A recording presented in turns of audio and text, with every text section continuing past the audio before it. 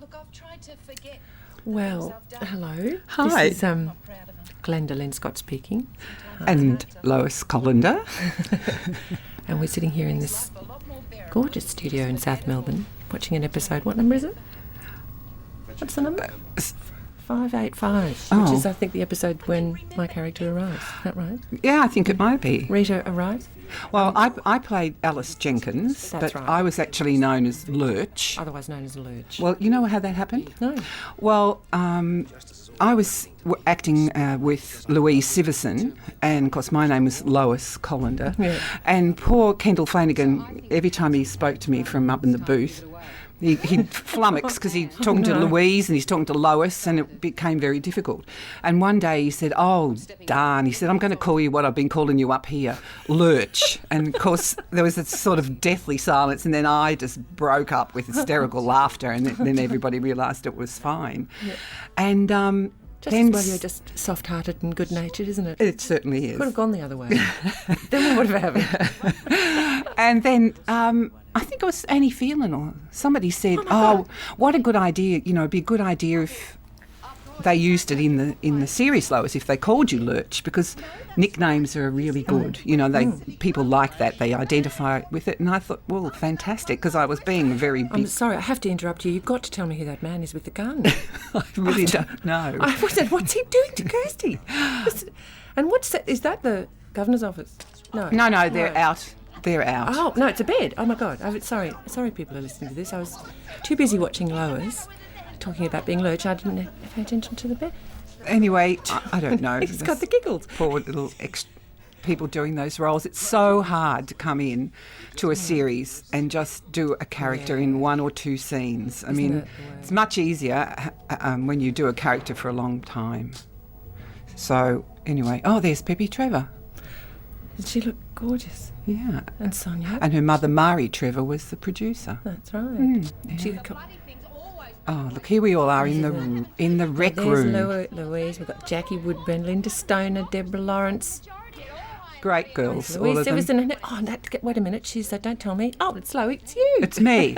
Now, you see all those other ladies standing around in the background? Yeah. Well, that's how I started. When I first went into Prisoner, I auditioned for Jan Russ, and Jan Russ had just started work as casting person at Grundy's, and I went and auditioned, and I got a message from my agent to say they'd love to have you in Low, but they haven't got any character for you at the moment, but would you come in as an extra and then we'll see what happens. Good, and then I got a few lines, and then obviously because of my petite build, I made a very good heavy. I could bash people up.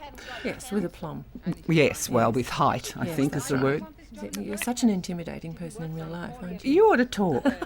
You're the only actress I've ever worked with who's taller than me. And that was what it was. I arrived at Channel 10 the first day, and the most overwhelming thing that I remember is this woman's barrelling down the corridor going, "Oh my God, someone who's taller than me!" Well, I got so sick of having to bend down to get into a two-shot with people like the darling Jackie Woodburn or Peppy Trevor, who are little tiny people. Well, and how many times you get, teased by camera operators who are trying to fit you into a two-shot. Oh, God, for God's sake. I know. Can't you widen out a bit or something? Weren't they gorgeous, those cameramen? Some of those, Bigsy, yeah. We had the most marvellous time, of course, because we were an all-woman cast. Yeah. So we really, really loved our crew. Crew. Yes. They were. They're phenomenal. I mean, Australian crews in general are phenomenal. They're incredible teams. They work hard. They, constantly there supporting, keeping it light. We had some great characters on the crew, didn't we? We did. Was the older guy who was always reading a book, in fact, wrote a novel about King Arthur. Ken. Incredible. He always had this tome, this huge novel just underneath this viewfinder. Yeah. And, while they were rehearsing a scene, he'd read another half chapter, and they go, all right, it's time for me to get back to work. What am I doing? Oh, look at Bigsy, who just made us laugh all the time. He did, because we called it Bigsy. He was a big boy. Yeah. He got stuck behind the camera once, didn't you? Remember that time? No. We were working in the corridor there. And he got stuck. And he had to go around the corner, and he and the camera couldn't fit round the corner, so they had to change the cameraman. Well, what were we like? We were falling about on the ground. We did a lot of laughing, didn't we? We sometimes, and the more difficult the scene was sometimes, and the sadder it was, sometimes the worse we got. Because the nervous tension was at a peak. Like, for instance, Darling Lou, the very first scene I think I had to do was to punch her up. I got into the rehearsal and she did, the famous prisoner's shirt front, and got hysterical. And she went, "Oh, Christ, another one." So how am I supposed to work with this? Because she keeps giggling. But we did. We laughed a lot. Firm. And I think sometimes too with absolute sheer exhaustion, especially late, nearly 6 o'clock, and everyone's pushing, trying to get things done in one take, and some little tiny thing would go wrong and just make everybody laugh. Absolutely corpse. But you do. I get hysterical when I'm tired. Yeah. Overtired. Elspeth Ballantyne's not good. No, well, she's not good. She laughs. She's awake. She's a laugher. And, Maggie Kirkpatrick, she's supposed to be stern and horrible all the time. And then just a second before they say action, Maggie's made you laugh, so But it was great working with everyone. And of course, I suppose everybody knows by now too that the rec room and the dining room was exactly the same set with just dressed a bit differently. And those walls. Remember having some of those fight scenes with the walls shaking? Famous thin walls. They were quite tough. They were nasty. They had a sort of serrated edge on them, didn't they? They were like... They had this funny sort of stucco thing to make it look, I don't know, it was like real lighting bricks, I think, to make it look like bricks. So it was sharp, and if you got pushed into it, take the skin off your arms. The Bigsy wouldn't have liked it much, would he? If he was trying to get around the corners in the corridors. No. Oh dear. But Jackie Woodburn, she's still in Neighbours too now. She did. She had about. Janet Andrew Wather. She's done quite a long stretch in Neighbours. Absolutely. Yeah. We used to stand in the line in the canteen lunchtime. There'd be the Neighbours cast and the prisoner cast. In those early days at Channel 10. Sitting there with 17-year-old Kylie. Yeah. Little did we know then. Yes. What we know now. Yeah. She was tiny. She's tiny. Yeah. Maggie's tall girl. Yeah. But, no, they were good days. So, anyway, getting back to the fact that early days I was an extra and then I got a few lines. And then... It happened to a few characters, didn't it, through... Well, Louise was the same, I believe. Yeah, Louise Siverson. So the writers actually picked interesting faces and interesting actors and developed them. Built them up, It wasn't always the way, but it certainly, for you, it was. Yeah. It was really, really interesting watching how your character developed. Yeah, it was, and it was just great fun.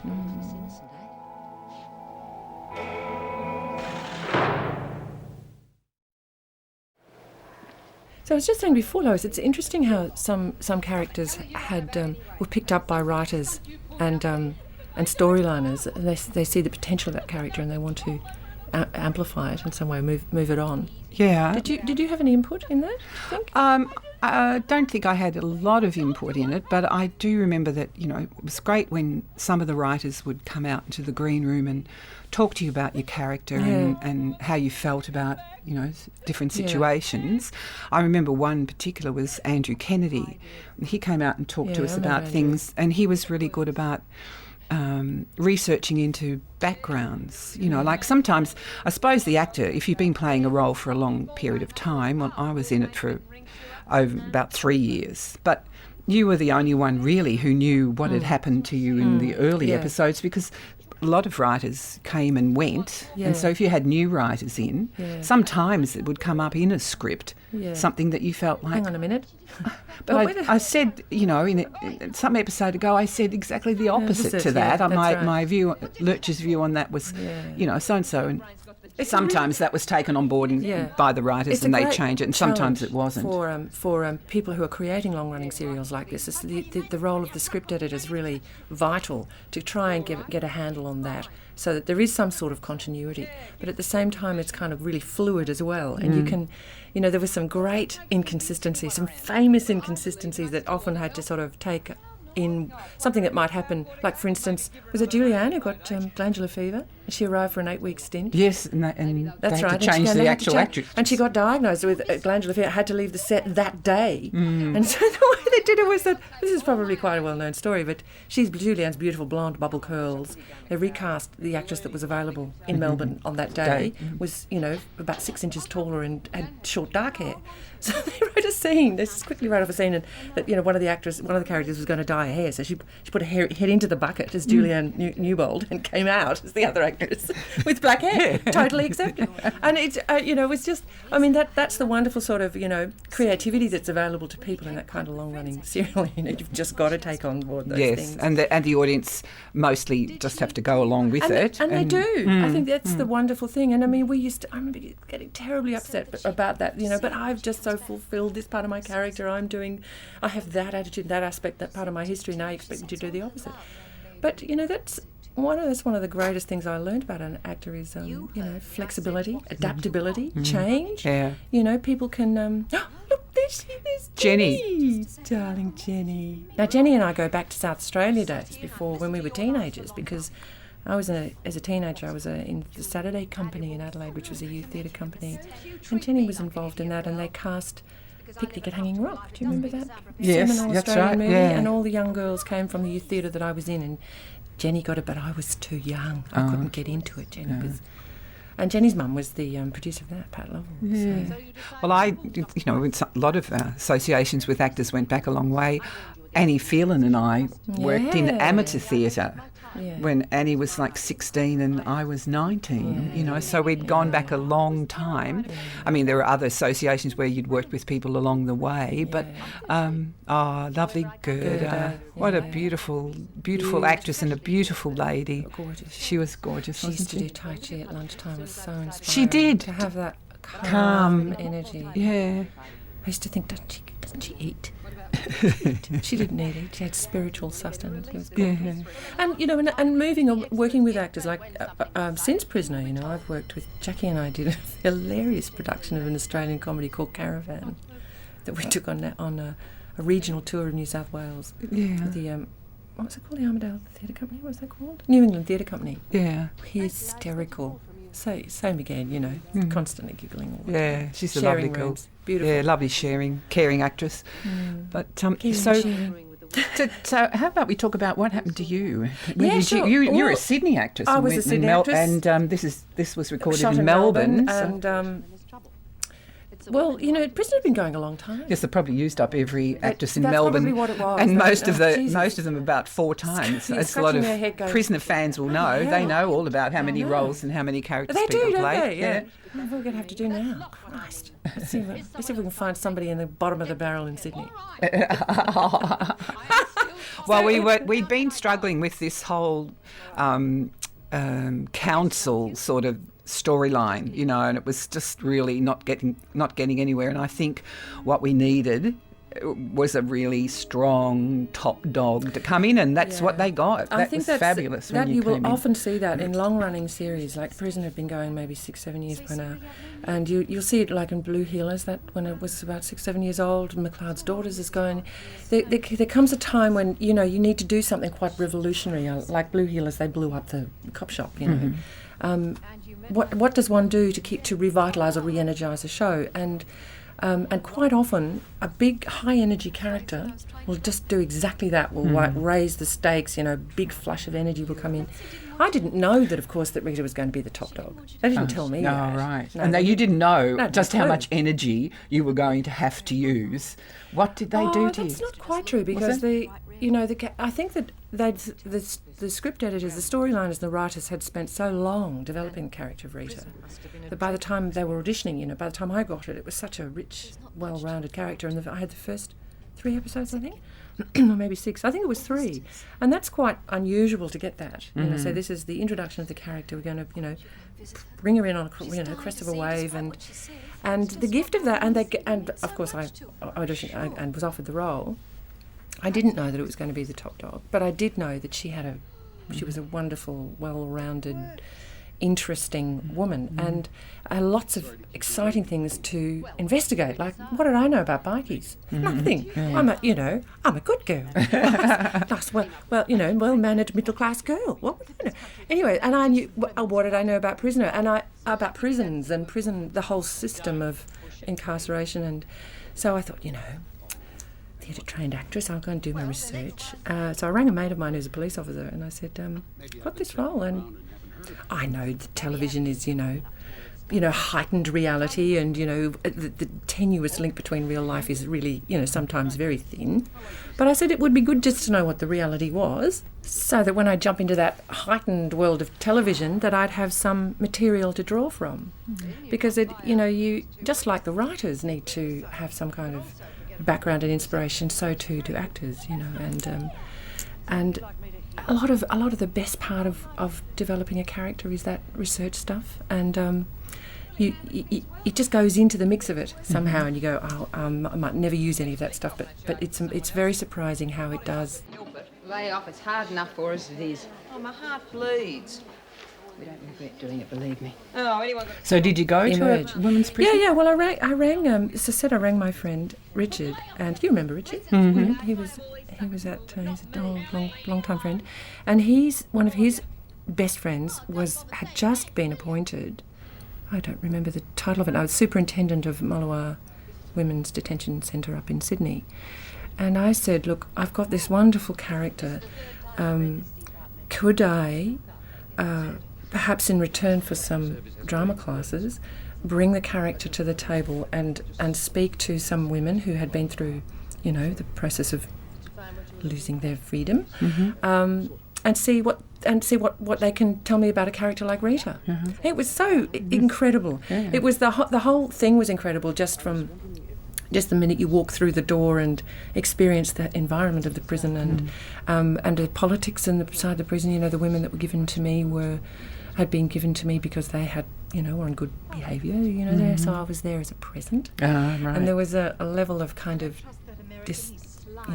resentment in the room, which was a bit tricky to handle. And it was fine, it was just like I was a sponge soaking it all up. And I wanted to be there with the greatest of respect. I didn't want to sort of be exploiting anyone, certainly not them.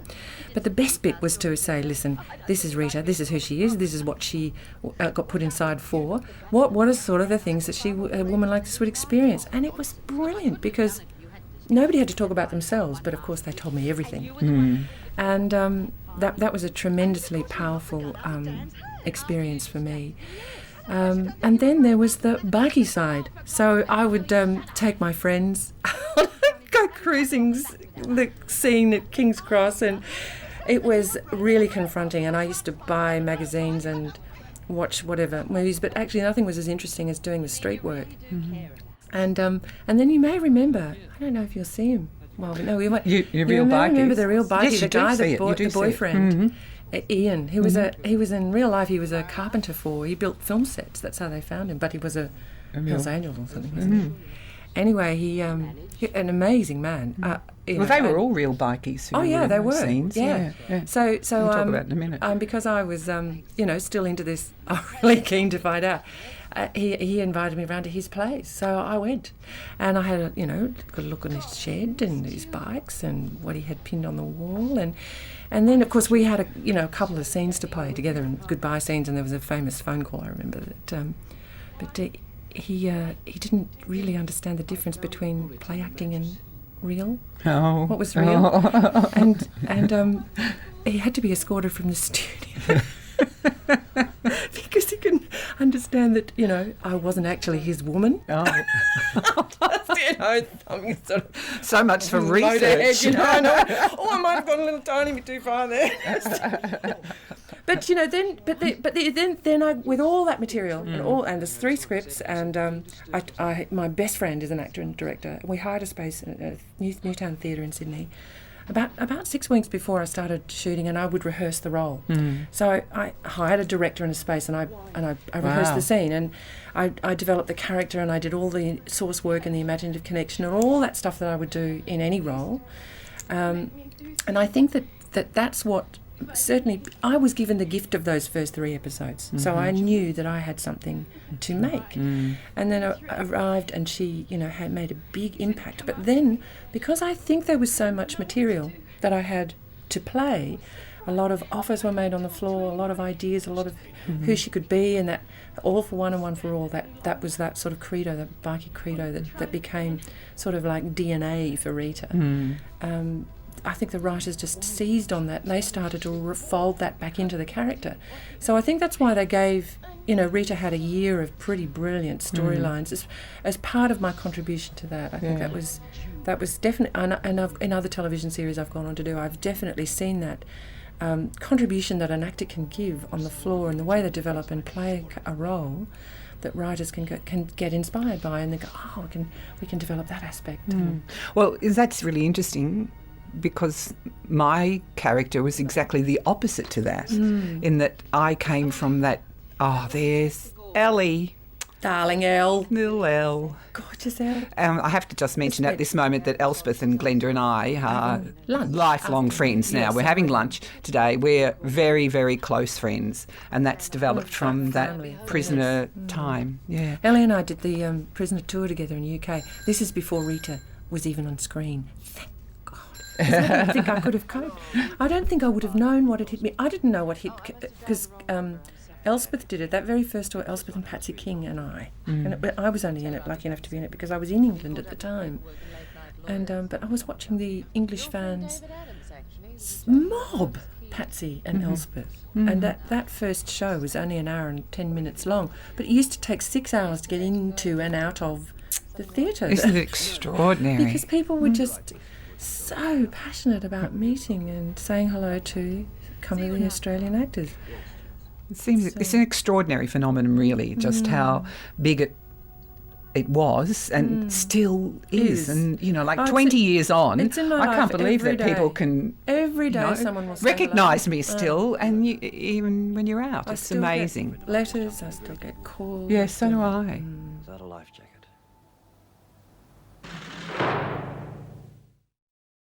Thanks, Rich. Anything else? I had some very funny moments with fans here. I can remember sometimes being so tired after working 12-hour days, and I can tell you some of those outside scenes, long nights out in the freezing cold winter nights at Channel 10, outside Channel 10, were pretty horrendous. And on the way home you'd think, I haven't got any milk, and I haven't got any bread, and I haven't got any butter. I'll just stop at the supermarket. And then I'd be walking around the supermarket and people would follow me around. Now, there are moments when you really quite love your fans, and it's very nice in that they tell you how much they enjoy the show. But there are some times when you're really, really tired and you just want to get the few things you want, and people follow you around and they don't talk to you. They just peek at you around corners or talk amongst themselves as if you're absolutely deaf and you don't know that they're talking about you, and you just don't know where to go. And when you're like 6 foot tall, you can't really hide, can you? Impossible to be invisible. And then I'd get home and I didn't buy the milk or the bread or the butter. I just ran away. And I can remember once saying to my sister, why don't they just speak to me? Why don't they just say, hi, I love Prisoner? Or why do they just keep following me around at 10 paces and just looking at me all the time? And Rhonda said, well, probably, Lois, because you're in their lounge rooms 2 nights a week and you're bashing everybody up and putting people in headlocks and even killing people. She said they're probably terrified. Okay, all right, I'll smile more or something. But Tell you what, though, it takes great courage for people to come up and say hello. It I really suppose. does. I can imagine if I ran into Yes, somebody. exactly. What would you be like if you met Bryn Terfel? Oh, well, you would actually. You've already done that, haven't you? But what about the time that Sammy Davis Jr. came on set? What were you like? You were just... I was like a big giggly girl. starstruck. I was, and because I just think he's the most all-round performer of all time. He was just glorious, and he was such a fan of Prisoner. He used to have it taped every time he came out here. He would get someone to tape it for him, and then after he'd finished a show, he'd go back to his hotel room, and he used to bring an entire kitchen. That's right. In a trunk. He did. And he'd cook himself a meal, and then he'd sit down and watch Prisoner. He was mad about Maggie, the freak. He thought she was fabulous, and so he actually asked if he could come out on set. Yeah, and we all met him, because We lined up. So I suppose I understand. Yes. Well, and he had a few tickets for some of us to go to his show. Don't and it was speak. so sad. Some people got invited. Like me, I was invited. I couldn't. I was going, but Lois, she's the music comedy. She's the person who needs to see him more than me. But I You went. Of course I went. I was going to pass it up. And so there we were. We were on Sammy's special table, and he sang My Funny Valentine just for Maggie. Maggie's got to tell this story. It's her story. Yeah. And then he took us upstairs and cooked us Chinese. Yeah. And then we watched it. He not only did he have, a kitchen that was provided, but he had his entire DVD and music collection, it seemed to me. And he played us family recordings of him when he was a child. Wow. Rare for I'm it was so just amazing. jealous. I know, it was an amazing night. So It's an See, amazing, look, amazing look in this scene. See, there's Maggie outside. Now, that's obviously a cold day, It's probably because about she's got a great 8:15 warm in jacket the on. morning. Yeah. And Peppy Trevor's in a shirt. Yes. So that's what we used to freeze to death. Oh, I know what we have to tell. What about that time we were out and we did the sports day? Okay. Well, I'm laughing because two of the least kind of sport or athletic people you could ever meet on the planet is Lois and Glenda.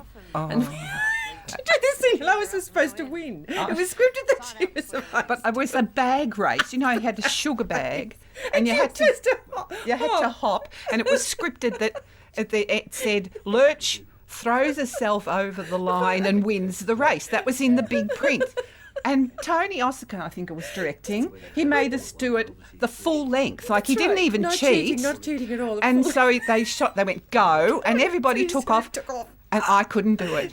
I was jumping up and down on the spot. But we were barracking for you. And I finished God bless last. you. You did it.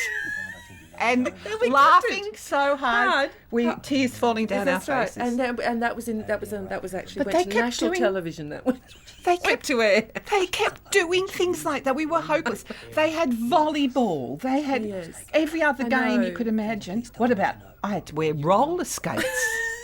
I've never had roller skates on in my life. They they didn't even ask us if any of us. Peppy Trevor could roller skate. Yes, she did. She was the did quite only well. one. Well, I had to be pushed all the time. They'd say, action. Somebody was Absolutely behind me. wrong. They'd push me, and I This look of terror. on your terror. face. And where was I going to stop? And then they had a double for me. A person came in to do roller skating for me, and they just shot her feet. But she was about 5'2", and she had feet that were about 6 inches long, and my feet are. Yes, 12 inches. Oh, it's some fun. Some of the scripts were very funny. You have to tell that story about how you had to climb over the fence. Oh, that's another thing. You see, for people who are not at all athletic, I grew up in a dance studio. I did ballet and tap and jazz. I didn't do sport. And we had this one storyline where we were escaping. And it was a pouring rain and there was mud everywhere. I mean, people think acting is fun. I tell you, sometimes it's dreadful. And so we had to run, and I had to climb the fence. I couldn't climb the fence. I couldn't even get off the ground. And in the finish, so after funny. a number of takes, So they funny. finally took my clothes off me and gave them to And Glenn. Glenn did Lurch and drag. Glenn did me. climb And then the fence? he climbed up the fence, and then for another 2 hours or something, they put scaffolding up, and I climbed up the scaffolding very badly, nearly fell off that. And there I was, suspended over the real, what do you call that Is it wire? barbed wire? Barbed Yeah, wire. I know, And that's because, right. the It was storyline was that Lurch got stuck, And she and does then get stuck, we yeah. got caught and had to go back in again. That was one of the worst Priceless, nights. though. You can't write that stuff. Really, you can't. No. Just that But it's a pity they didn't have the making of Yes. cameras in the doing that as well, because some of that stuff would have made a hysterical comedy. Hey, listen, talking about changing costumes, though, some favourite costumes. I have to say that the day that we all dressed up as Boy George, that was one of my That was pretty favourites. good. I like that. But what about you? My Go on, favourite go on. episode ever was when they had a beauty competition and a talent quest, and Lurch got to go glamorous. She got and glammed up. and I had to collect fruit from everybody. 'Cause you were doing and I made Carmen a calm, Miranda. and they made me a real hairdress out of real fruit that weighed about 4 tonne. Forgotten that. And they made me a skirt out of a sheet and a shirt thing out of the shirt material. And I did a number that was from a show that I'd done before. Peter Penny was one of Because the listeners, people producers. who listen to this have to know that Lois is a really seriously good singer and dancer. Oh, musical comedy is what I love Yes, doing best. absolutely. But anyway, She sang at my wedding. I did. And anyway, I was your bridesmaid. You were. Well, anyway, I had a little bit of tulle on my earrings. I know, she made the earrings, tulle and gypsophlia. I did. Earrings. But anyway, I loved doing Carmen Miranda, and Louise Siverson said to me, "My God, you've got eyes." I remember that line. It was funny. What was the song? It was called Down South America Way, and I'd right. done it in a production that Peter Penny and Don Batty had written called It Happened in Tangier-Blanca. I'd already done this role. And when it came up, the Talent Quest, the producers and everyone said, the storyliners said, "Lois, we need you to sing a song. Can you think about what song you'd like to do?" Well, I don't know how it came, but maybe I saw Peter or something, and all of a sudden I thought about that song. Yeah. So, and how easy was that? Because, they had the rights and everything. Yeah. Well, so then away it went, but I didn't rehearse it in the studio. Nobody had seen me do it. So when Tony Oscar said, "Okay, I want to do this absolutely cold, so everybody who's sitting there watching this, when you actually do it and we film it, Lois, will be the first time you do it." So they even hid me away, and so nobody even saw what I was dressed as. So when they went, "Okay, action," and the scene, whoever it was introduced me, and I came out and they played the music and I did the Down South America Way number, and all that reaction of all of them absolutely shrieking with laughter and crying was real. And every time I moved, a real grape would fall on the ground, and beautiful Ken cameraman, he caught it because my feet, I missed it every time. I didn't squash one grape. Yeah. And they were hysterical with laughter. It was just such a moment. And, so I absolutely loved doing that. I don't understand why they didn't keep that aspect of Lurch. Have her as the kind of Carmen Miranda of Wentworth. But what was so lovely about Lurch? She could have had, just a bunch of grapes, so this corsage would appear, and perhaps her buttons would undo, the cleavage would arrive. But in those days, you see, I was still being nasty and bad. Yes, it's hard. Yeah, when I first started working with Louise Siverson as Lou Kelly and Lurch, I was her, I was the heavy. I was the one who did all the really bad things with Louise, and it was really hard because, as you know, Glennie, I'm a big girly girl and I don't like bashing people up, so it was really very hard, and I only ever really hit one person, and that was poor Genevieve Lemon. We had a fight scene in the rec room once, and Genevieve wasn't very good at doing fighting either, so the poor stunt people, they worked so hard to try and make us look like we were really doing it. And anyway, Genevieve had to hit me in the stomach, and then I had to come back with a really fabulous right to her jaw, and we did take after take, and Genevieve just couldn't get it right. And unbeknownst to me, the stuntman had said to her, "Lean in further. When you do the punch, lean in and cover it a bit more." Well, she leant in further, and I didn't know that she was going to lean in that far, and I let out the right to the jaw and hit her right on the jaw. And it really hurt, so I sort of shook my hand. But we went on with the scene. We finished the scene. And then they said cut, and Genevieve burst into tears, and so did I. I mean, it was hard, those wasn't mistakes. it? No, that's part of the problem of fast turnaround television when you're under pressure and there's little time. Yeah. Well, you had a lot of that fight scene you had with a freak. That was endless fights. It's with freak, but there were some real slugging matches, and I really learned to respect that aspect of the job. Well, you had to respect it because otherwise you seriously hurt yourself. But I loved working with Glenn Roland, our fight coordinator. He taught me a lot. Yes, me too. To this day, I can really do stuff that, when I work with a stunty, they'll go, "Oh, you do really know how to do that." And I said, "Well, we learned a lot, didn't we?" Yeah. And it was always about selling the punch, not doing the punch. It was the person who was on the receiving end that was the one that did all the work. Yes, and also making a strong hand and, all those sort of things. I must admit, dear, when you came in and Nancy, the lovely Julia Blake, you reformed me and you made me a good girl. And I turned you to the light. You did. And so you can bash people up for me. Oh, but not so much. No. You did a lot of, talking about things and And I was so But I think relieved. that's an example I didn't have of, to do so much fighting. That's what, yes, there is that. But how subtle shifts and not so subtle shifts can happen with the introduction of another character. Yeah. That people can be reassessed and reframed. Right. And yeah. And I also think of the physical scenes, because you just don't do one take. You do so many takes. And I think people, like when you just watch an episode on television, people don't often realise just how much work has gone into that episode, how many takes over and over again, and how absolutely physically exhausted we could be. I mean, I remember a lot of episodes where you were, when you went to that other jail, what was that? The Blackmores. The Blackmore things. Was very hard. That was exhausting for you. It was very tiring. And it was at the end of a very long year, so fabulous story. It was a fabulous thing to do. But yes, it was really very full on.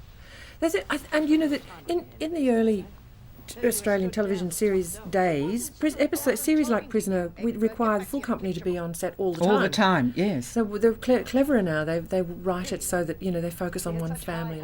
So you get a few days off. So you get a few days off, yeah. And but we were there from a lot of the time when you're a major character from 6:30 in the morning and lucky to get away by 7 at night. 7 at yeah. night, 5 days a week, and then half the weekend would stay. I don't know about other actors, but because I had significant workload. Right, well, I can remember those. Yeah, when my character was big too. You have to learn a lot of lines on the weekend. So it's all of Sunday to prep the 4 scripts are coming up for the episode, for this week's work. You do the day, Monday would be the... Just explain that we did 4 episodes in 1 week, meaning that we were doing the outside scenes for the 2 episodes that were going to be filmed in the studios the following week. That's right. So we worked on 2 episodes outside, and then the earlier 2 episodes you did those scenes in studio.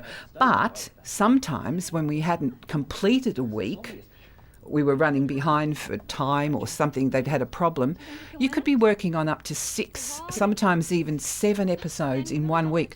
And you had to keep meticulous lists of what you were doing, and so that when you went back... That's right, you will. I'll have to tell you a funny thing that would happen to me, though.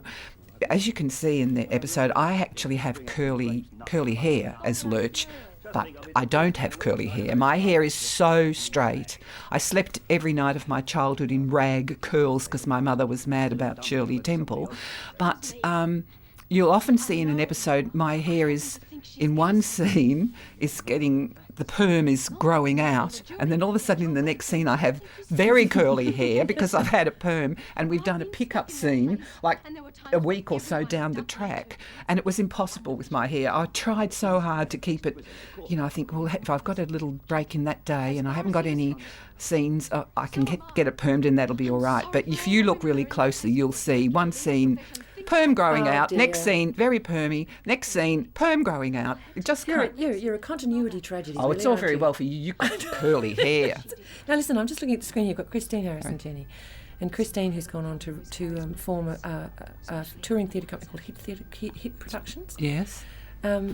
Which has provided work for lots of actresses. I mean, yes, you've done a play with it. I did Caravan. I might be doing one next year. I'm going to do Shirley Valentine. Oh, great. But Jenny, I just have to tell you a story about Jenny Lovell. She was a Sydney-based actress, and I got her unit, and she gave me all her utensils and teapots and stuff. Oh.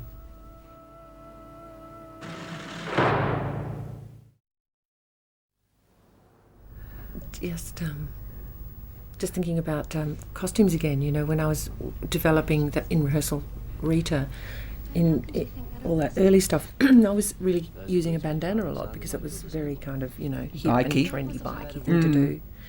And I brought it with me to Melbourne and I had my first fittings and stuff like that which it didn't take long because jeans, a singlet and a leather jacket, a couple of big boots. But I just had it with me as sort of a talisman, and she said, well, put it on, and it stayed. Yeah, I know you wore them quite often throughout this. It became Rita's part of thing. Rita's, and that was really quite a big thing because, prison uniform is supposed to be just I just had prison uniform.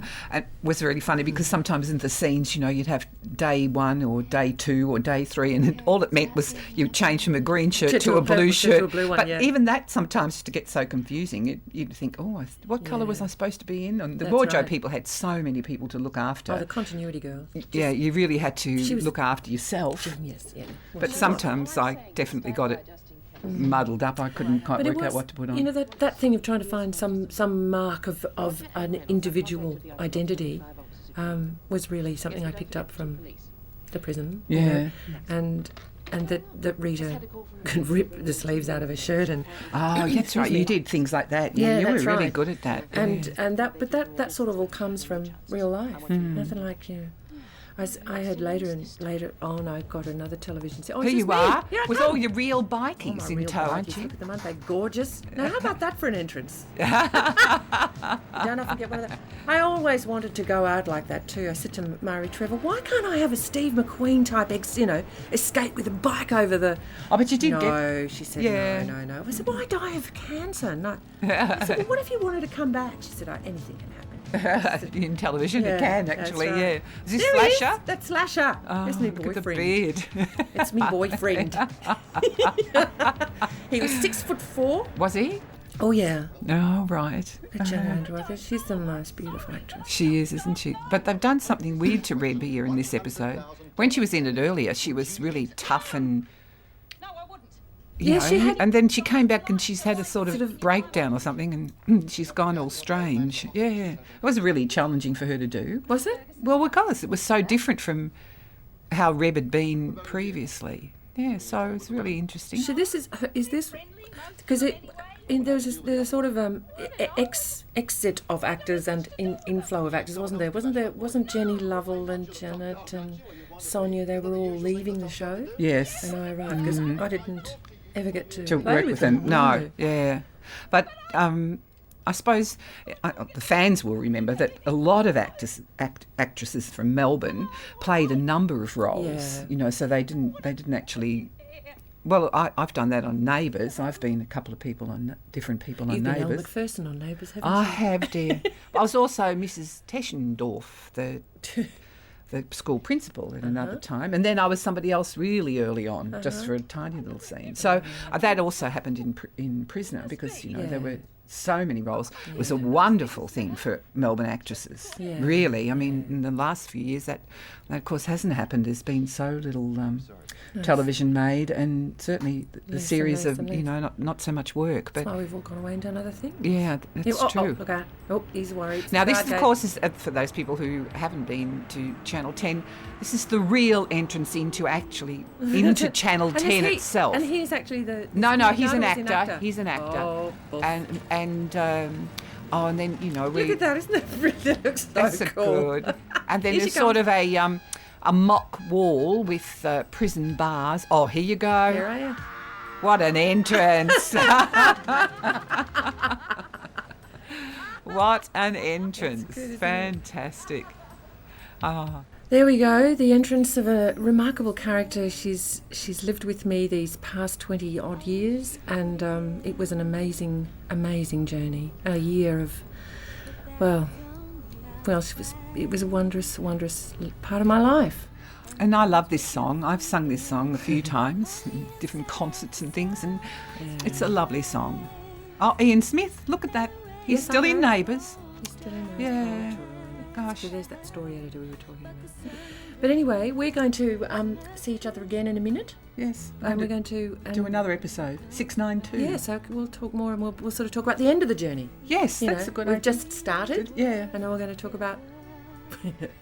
Well, Lurch and Rita went through a really amazing relationship. Really, they had a relationship. They did. And we sort of have too, because I'm the godmother of your boys. She's my best friend, my sister that I don't have, and the godmother to my boys. So, isn't that nice? Yeah. Family. Well, goodbye for now. Goodbye for now, and thanks for listening, everyone. To our gabble. I hope it made sense. Do you think it made sense? I don't know, we talk very quickly. I know, but is there any substance to it? So I don't know. No. Comes around.